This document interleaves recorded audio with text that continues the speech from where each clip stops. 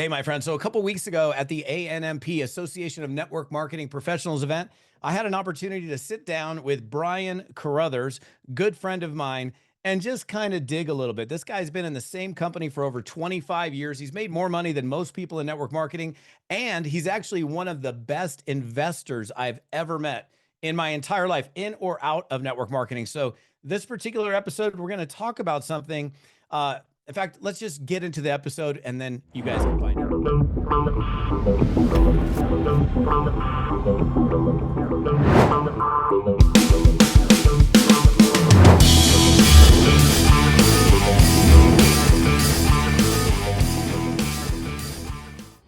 All right, what's up, my friends? Todd Falcone here, and I'm with the legendary Brian Carruthers. What's up, dude? Hey, everybody. Hey, Todd. You didn't want to actually listen to the outtakes before we started this. I might actually throw that into the video just for fun. So, anyhow, Brian and I have gone way back. When did we first meet? Do you remember? 20 plus. Match.com. Match. What was that? We were trying to start an OnlyFans back in the day. That's right. that was predating that. No, 20 years probably. Dude, more than that. The internet wasn't even around really. So, anyhow, we're at the ANMP National Conference, and he crushed it yesterday. I get a chance to speak, which is, I know, you see me in a tie. This is like 2 days in a row out of the last, 15 years, so. He looked like he's ready for his funeral. I was on a Zoom yesterday morning in my room, and the dude literally said to me, he goes, I'm sorry, are you at a funeral right now? I'm like, what did they do with Todd? Yeah. This is his brother. This is Joey. It's Joey Falcone. That's my kid's name, actually. Yeah, it's a little shock and awe, but anyhow, I wanted to pop on here, and I've interviewed Brian before. It's going to be a little bit different style. For sure. He's been in the business for, how long have you been in it? What, 29? 30 years. 30 years, so a long time. And one of the things, I respect a bunch of things about this dude, but the guy's never stopped recruiting. In fact, I'll never forget it. We were at A&P, I don't know, pre-COVID, and it was me, you, and Jordan and somebody else having lunch. And you literally got up, left the table, and went over to the table over there. And I'm like, where are you going? And you're like, I got to go do a prospecting call. And I'm like, that's so beautiful, man, because you never stop. Like, actually, I want to ask you this question. Last night, on the way out of the cigar lounge, you guys all went out to get the car, and I grabbed the phone number from a guy who was at the table right before the exit, and he was saying goodbye to people as they were walking by, and I stopped and talked to him and asked him if he's open and got his number, and I was wondering what was taking you so long. That's what we do. So here's the question I have for you, bro. Like, you've made a ton of money in network marketing, more than most people. You've also invested super well. I would say more than almost everybody. And so you don't need the money at all, but you continue to recruit and build, and you're still in phase one. It's like you never reached a satiation point. And we know a lot of people that just, they get to a level and then they stop. So why do you keep going even when you don't have to? Lots of reasons. I mean, it's the thrill of the build. I mean, people retire from things that they're tired of doing. I'm not tired of it. I don't know that I ever will be. People get into this money, people get into this business for the money, for the most part. Then they find other things that are also ancillary values that sometimes become the most valuable, which could be connection, relationships, fulfillment. I feel like in life you're either growing or you're dying. You're getting ripe or you're getting rotten. I'm not ready to start rotting. I'm not ready to start dying. I just want to keep on growing. And when you go from focusing on success to focusing on significance, success is how much can I get. Significance is how many success stories can I leave behind. And so that's one of the main things that really drives me today. Anybody who's making a lot of money in network marketing stands on the shoulders of a lot of hardworking people with dreams that they want to accomplish, and it's very selfish. Frankly, if you make it to the top and make a bunch of money, and your people haven't made it yet, and you're like, all right, peace out, that's not the way to live. Yeah, I mean, and you clearly love the game, and I think it's interesting. Like, the whole world is like, oh, work till you're whatever, and then retire. And I don't know, for me, it's like, I don't know if I'll ever retire because I love doing what I do. And I think we were sitting down earlier, I'm like, you love the game. So that's beautiful. I mean, so the other thing that I want to ask you is you just wrote this book. This is like book number 6. He's got a bunch of great books. And all of his books, they're coming from a dude who's like built it, done it, continues to do it. I was super fascinated to dig into this one. It's called Exit Interviews. And I'm so glad somebody finally did this book, because when people bail, it's like, why did you leave? The percentage of people that come into network marketing who actually could succeed here, and I mean, yeah, I'm not going to say network marketing is for everybody. It's not. But you and I have both seen hundreds, if not thousands, of people come in, and they could actually win here. They got social skills, they do have work ethic even, they got good stuff, they got all the goods, and then they bail.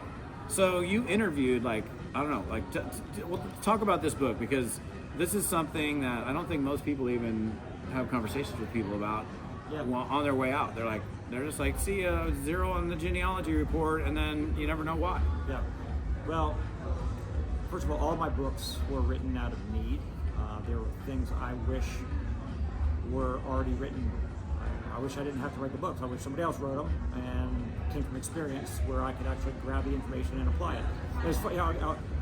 Just as a precursor to your answer, I was at a big event in Southern California for my company, and I got a message, a text from Brian Carruthers' pilot Ryan, and he's like, "Hey, I just saw on social that you're doing an event right down the street from where Grant's speaking today." I'm like, "Oh yeah." And he says, "What time did your event start?" I said, 1 o'clock. He said, "Why don't you pop over here? Grant would love to have you come into this event.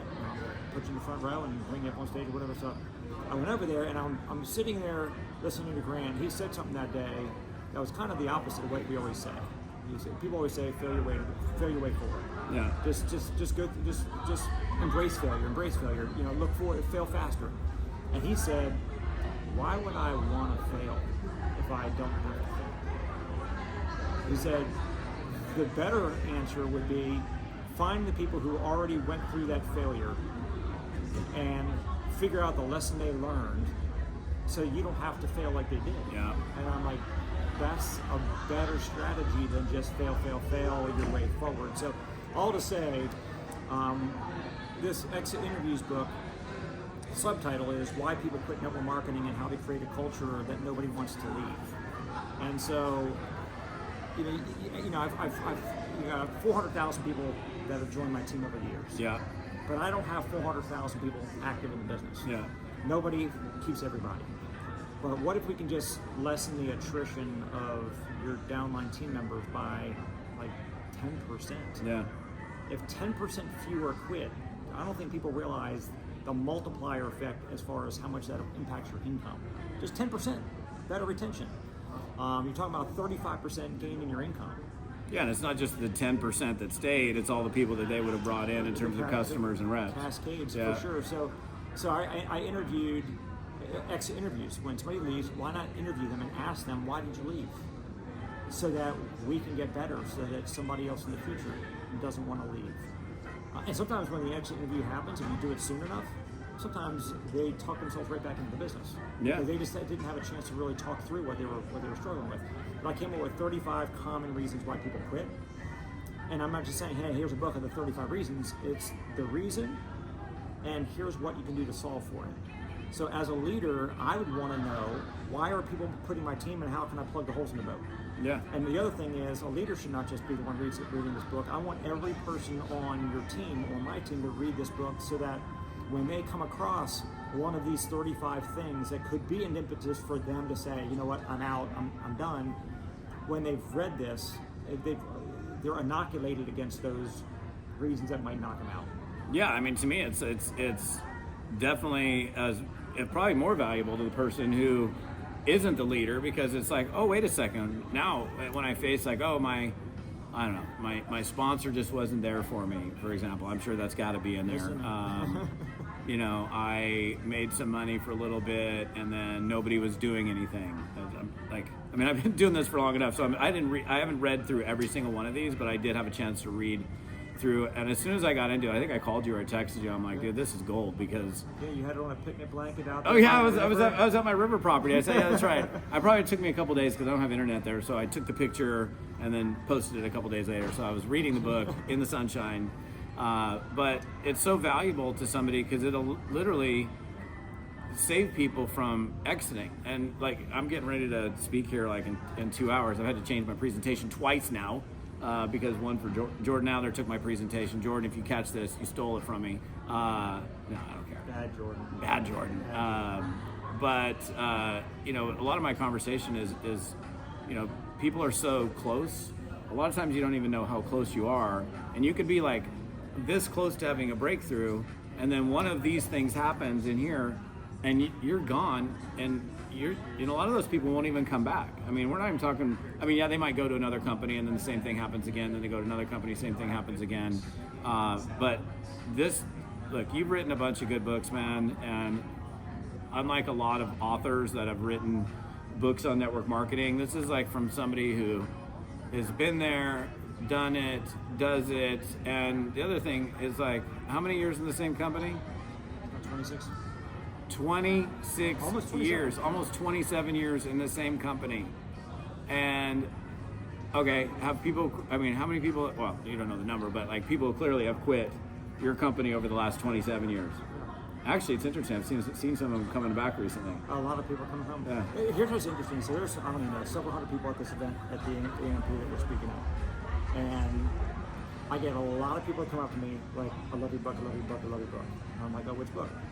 Yeah. Some of them just know me for whatever the one book is that they're referring to. A lot of people, it's Building an Empire, because that's like the biggest known one. Yeah. Some of them really should be coming up and saying, oh my gosh, thank you for writing Money Mindset, because I'm now actually keeping the money I'm making and investing it right, and I'm building wealth. Yeah. Where a lot of those people in the room have never heard of that book, never read the book. They all need it. You know, it's you know, whether it's Untrapped or Got Game or Making My First $10 Million, there's all these different books. Exit Interviews, I believe, this one we're talking about now is probably my most important book. Because what good is it to learn these amazing selling and recruiting and team building skills only to see all that effort go out the back door? Yeah. And so this is, I think, is going to be super important. But what amazes me is that more than half the people in there have not read any of these books. And in modern history in network marketing, there is no other author that has written this many books. And I question. We teach that network marketing is a place where people learn about personal development, and it's all about growth. If you want your income to grow, you need to grow. Sometimes people just need to realize that you're not abandoning your upline. It's not like, oh, your upline doesn't bring enough value. I learned from my upline. Yeah. I had some good upline before, Same. but I've none in years. So my upline's gone away. So I had not had them in a long time. But I've had great mentors, but I watched Amway videotapes, I listened to Art Williams tapes. I mean, you know, you got to go find the information, and then you bring it back and you get it into you and you bring it to your team. And so anybody who's a network marketer that follows you, who's not reading these books, I mean, they're following you, so that's at least good. So, Sure. So that's good. But I mean, it's like, if there's books out there that can help with problems in your business, is it you don't believe that the author has good insight for you, or is it not worth $14 to buy a book? Like, I'm always curious, what in the world would somebody not do it for? Dude, there are people that I know in the profession that are like, we don't want you learning from anybody anywhere except for the team. And I think that's so limiting. That's like saying go read Think and Grow Rich and then you're done. You don't have to read another book ever again. And I think a lot of that is fear-based. And let me just say that, and that's kind of getting off subject, but it's an important one. Instead of you being like, okay, I'm going to lose my person to Todd Falcone or Brian Carruthers. Oh my gosh, if they read the book or they do Todd's A-Team or whatever it is. Instead of you like being so worried about it, honestly, you should be more worried about the guy or gal on your team that's getting ready to exit the premises and then take a slew of people someplace else. We're not going to be the people that are going to be ripping people out of your organization. And I would, if I was fearful, I would be like, I'm going to go look in the mirror and go, why am I fearful? How can I do things differently to keep people? And this book most assuredly will help people. I mean, leaders need this book because it's like, oh, my person left because the company made a change, or we had a slight downturn, or de-ranking or whatever. Yeah, it's like whatever the reason is, and if you don't know how to deal with it, and instead of saying, well, hey, thanks, dude, you know, good luck to you, I'd rather have a sit-down conversation with you and go, hey, man, like, tell me what's going on with you, and why are you disgruntled or dissatisfied? Let's see if we can solve that. And a lot of times, and hopefully you are already doing this, you can save some of those people, but you can prevent those issues from ever occurring if you actually read the book. So yeah. And I need to say this, since just to kind of land that plane, One of the things that Eric Worre warned me of when I started writing books back in 2012, he said, Brian, I know you're going to have great content, whatever you do. He said, don't take it personally if somebody doesn't trust you. Yeah. Because some people might think that you're just trying to get people to follow you so that you can recruit them into your business one day. And I made a vow in 2012 when I started doing this generic stuff that I would never recruit an active network marketer. I ask anybody who ever reaches out to me, hey, are you currently building a business right now? If the answer is no, we can talk. If the answer is yes, I say what company, and I edify the company. I say it's a great company, you don't need another opportunity, you just need to learn how to get better yourself in that opportunity, and I push them right back to stay where they are. And so, and I've held true to that vow for 13 straight years. I turn people down if they ever come my way.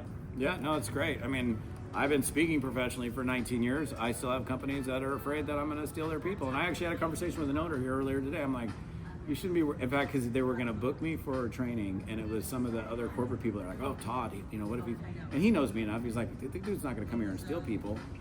They're more concerned about, they should be more concerned about that active public distributor in their business stealing somebody. I've been speaking 19 years. I like having friends. Right. It's like, let's say I spoke for Brian's organization one time, and then 2 years later, I'm like calling all of his guys trying to get them. Like, I like you, man. I'd like to continue the friendship. So, and I can tell you right now, I knew what he was going to say before he even said it. He's never recruited an active networker. And the funny thing is, let's finish with this, because this is mind-boggling to me. I know you've worked leads for, I don't know, a good part of your business. It's totally off the subject, but have you recruited people that have become active in your company and had success that were actually a business opportunity seeker lead? Yeah. But I don't do leads hardly at all now. For the last probably several years, but for a long time, and I probably, out of my 1,900 recruits that I personally brought aboard, I would say a little over half came from opportunity seeker leads. Wow. And and I go into it with my eyes wide open. It's like there's a lot of rough to find the diamonds. If I buy a list of 100 leads for whatever, $100, $200, whatever they cost these days, if I recruit one person out of 100 batch of 100 right out of the gate, and then with proper follow-up, I might get a second and a third. If I get 3 recruits over time out of 100 leads, that cost me maybe $100. In my business model, that's really profitable. And if I do that enough, out of the hundreds of people I recruited from leads, I've had some that have done decent, but through tap rooting through them. So I recruit them so that I get into their warm market and build the business, a regular warm market path. And some of my top earners in my business are under somebody who came from a lead. Wow, I just want to bring that up because some people are like, leads don't work. I mean, anything works if you, works, exactly. All right, so where do they get exit interviews? They can go to exitinterviewsbook.com, or they can go to briancarruthers.com and go to the store tab, and it's there, but there's also a book bundle of all 6 of the books for a discounted price. So I would just get the bundle. So because you want to learn how to build a whole business from A to Z, building an empire. You want to learn how to do the right things with your money, so you're actually building wealth instead of churning and burning and being broke at the end of every year. Good money mindset. Exit interviews, all the books are going to help them. So, and money mindset, man. Most people don't have it. Like you and I'm not saying it because he's sitting next to me. I've said it publicly. I've said it a lot of times. Like you've done better with your money than probably any network marketer I've met in 35 years. So the guy knows about having a money mindset. And it's like, what did you say on stage earlier today? You're like, hey, it's like you have all this money, and then, or maybe it was yesterday, days blending into each other. You have all this money, and at the end of the year, you got nothing to show for it. Yeah, I've seen network marketers for the last 30 years being in this industry. I see people that are claiming all these ranks and getting all the, talking about 6-figure income, 7-figure income, and all that. And I know a lot of these people, and we have private conversations sometimes. They're like, I'm a 7-figure earner, or I'm a $500,000 earner. And I'm like, and we start talking about, they ask me questions about money and investing and all that. And I'm like, well, where's your net worth right now? I'm like, I've made $8 million. I've got about $700,000 left. Oh my gosh. I'm like, I've made $25 million in my company, and my net worth is just about double what I've made. So your net worth should be more than what you're making if you're doing the right thing. Yeah. And that's after taxes and living on money and all that. So if you're really wanting to learn how to build wealth, You gotta have to be holistic about this. I don't want to have somebody join my business and teach them how to go out there and churn, trading their time for money and make an income, and at the end of the year, their net worth is still the same. What good is that? Like, what good is that to your family? You're taking all this time and energy all year long away from your family to go build this business to get the income coming in, and at the end of the year, you've gained no ground. And after doing it for 1, 2, 3, 5, 10 years, your family should be like, Mom or Dad, what in the world are you doing? You built nothing for us. What's your legacy? All the time away from us? And you spent the money, and what gives? Yeah. Get the bundle, because you're going to get the money book as well and all of his other books. So, briancarruthers.com. Brother, appreciate you, man. You too, brother. All right, guys, we'll see you on another episode. We're going back into the ANMP.